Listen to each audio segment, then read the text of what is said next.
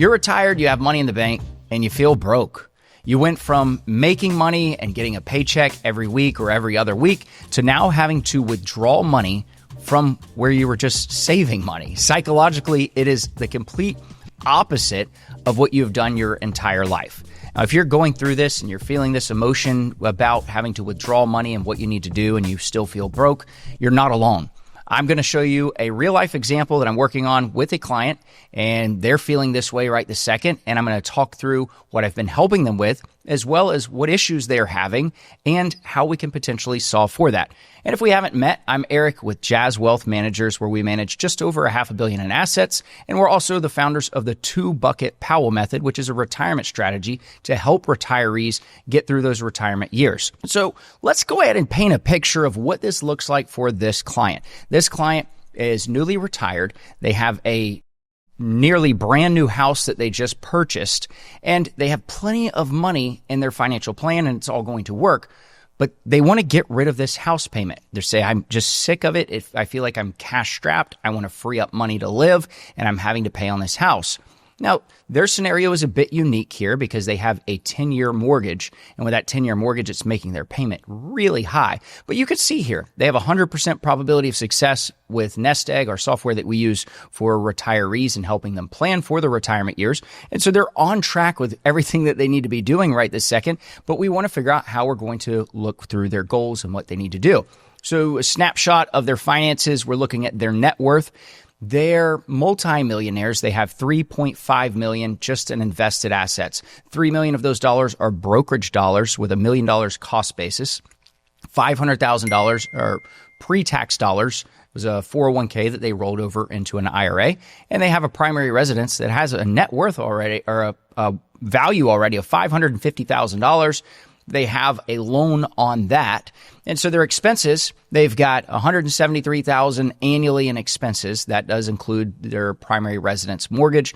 They have debts of $400,000, just what I'd mentioned there. A 10-year loan on this, so their payment at 6% right this second is $4,441. So a lot of money every single month is having to go towards this house payment, and it makes them feel as though they can't do anything and they can't breathe. That's exactly what they are conveying to me. And I don't know if this is you in your specific situation or something similar. Let me know in the comments what you're thinking here with this. And maybe you're like, man, this is me. I'm glad you're telling me this. Or, hey, well, here's my scenario. And maybe I'll make a video about that for you. And so with their income, they've got 2 Social Security incomes coming in. So they've got $2,000 a month for one, and they have $1,500 a month for the other. Pension, $10,000 in a pension, so a small pension coming in. And then they have dividends from investments of $35,000. That's other income that is steadily coming in off of that $3 million. They have a dividend portfolio they've built out, and they're a bit picky with that. Let's go to that. Their goals, they want to pay off the house. When they just want to get rid of this debt completely. I don't want to deal with it. Please just let me pay off the house. They feel cash strapped, as I'd mentioned, and they want to breathe a little bit in retirement. And they don't want to take from their taxable dollars and instead want to spend down the IRA. Now, if we go back, we can look. The IRA has $500,000. The taxable account has $300,000. Now, their expenses are over $170,000 right this second. If we go to pay off the house, where are we going to pull from? Well, we're going to have to unload the IRA completely, and then we're going to have to say, well, we're going to have to dip a little bit into the taxable account. But there's some other issues that come into play here, because if you're thinking like I'm thinking, you're saying, this may not work. You're going to have a massive tax bill. You're going to have IRMA, all of these other things that come into play. So looking here with the problem in IRMA, if we pay off the house with the brokerage dollars, we can avoid some of this. But if we are using solely the IRA dollars, we're going to have a large tax liability as well as a higher IRMA level. So you can see, depending on where you're falling with your IRMA brackets, you've got different variables here, and this is solely just Part B coverage. So what I looked at doing was saying, okay, let's come up with some different solutions. The first one being something that would at least help them, but it doesn't meet their goal. Their goal, pay off the house, is totally voided on this situation, and it would be go to a 30-year mortgage. And maybe you were thinking that. That allows for $2,000 more in monthly income. but they do not want to do this. Second thing would be a hybrid recast approach. So you could actually take your mortgage and you could say, hey, I'm going to put a large sum of money down and then I want to do a recast. What they're going to do then is re-amortize your mortgage, allowing you to have a much lower of a payment. Using a mix here, we could say we're going to take some money to be able to avoid some of the IRMA brackets because they're going to be getting Medicare. And if you're looking at this going back, they're 64 years old. They'll be 65 next year. But Medicare, remember, does a 2-year look back. So that means that they're going to have Medicare in a couple years on whatever we're doing right this second. And so the hybrid recast approach, though, this is using $100,000, a mix of taxable and IRA dollars, keeping them in the first tier of IRMA. Estimating $20,000 is going to go to tax liability overall. We're thinking $80,000 down. They could put $80,000 down, do a recast. This brings it down to $3,553 monthly. That lowers it from the $4,441 that they're currently paying on their mortgage. So this is an option, but again, it goes back to they just want to pay off the house. So let's just look at this. If they pay off the house, pulling solely from an IRA, some of the taxable has to be used since the IRA has only $500,000. And I say only, like that's just a little bit here. It's a lot of money, but not when you're paying off the house and you got $400,000 house mortgage and you have $170,000 in general expenses here.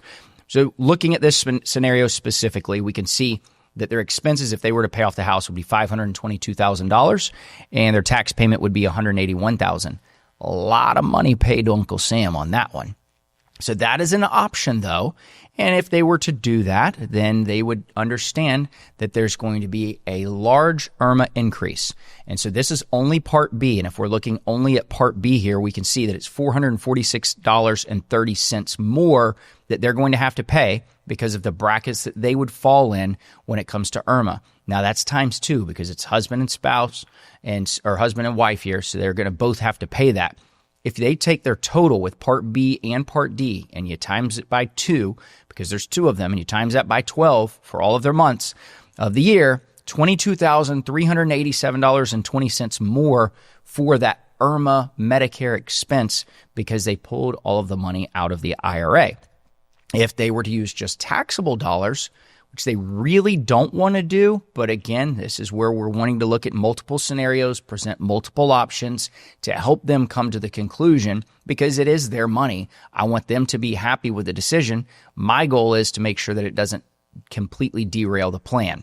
And so, spoiler alert, it didn't derail the plan one way or another, but looking at using the taxable dollars here, we can see that you have the cost basis that you will have to still pay taxes on. But let's just say that you have a $3 million portfolio as they do, and you have $1 million in cost basis. That means that they'll only have to pay taxes on $2 million. Now, they're not pulling out all of their account, so they don't have to worry about that. But if they were to pull out this, they're looking at potentially being in a 15% tax bracket for the $400,000 that they would withdraw.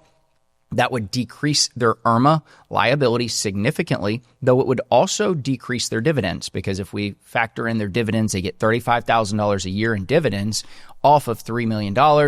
It's roughly 1.7%. You can do the math and critique me here, but I believe it was right at that. And so if we're factoring that into this, we could say, well, when we reduce the $3 million by $400,000 to $2.6 million. Now we have $4,667 less in dividends. And so they're going to have that. But even if they pay the house off with their IRA, next year they're going to have to pull from their taxable account.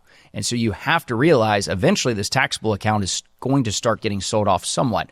And so for this scenario specifically, you can see behind the scenes as an advisor, it's not always cut and dry. And for this specific scenario, I'm working with a client and their goals and what they want. And really, the plan is successful, as I had mentioned. So it's not a matter of, well, you're just going to destroy your entire financial plan. Sure, I could offer the best financial picture for you, but I also need to make sure that it's going to fit within their goals because their goals are different than potentially the best financial picture. And so seeing this and how it all works, I'm curious on your scenario. If you were in this specific situation, what would you do? Let me know.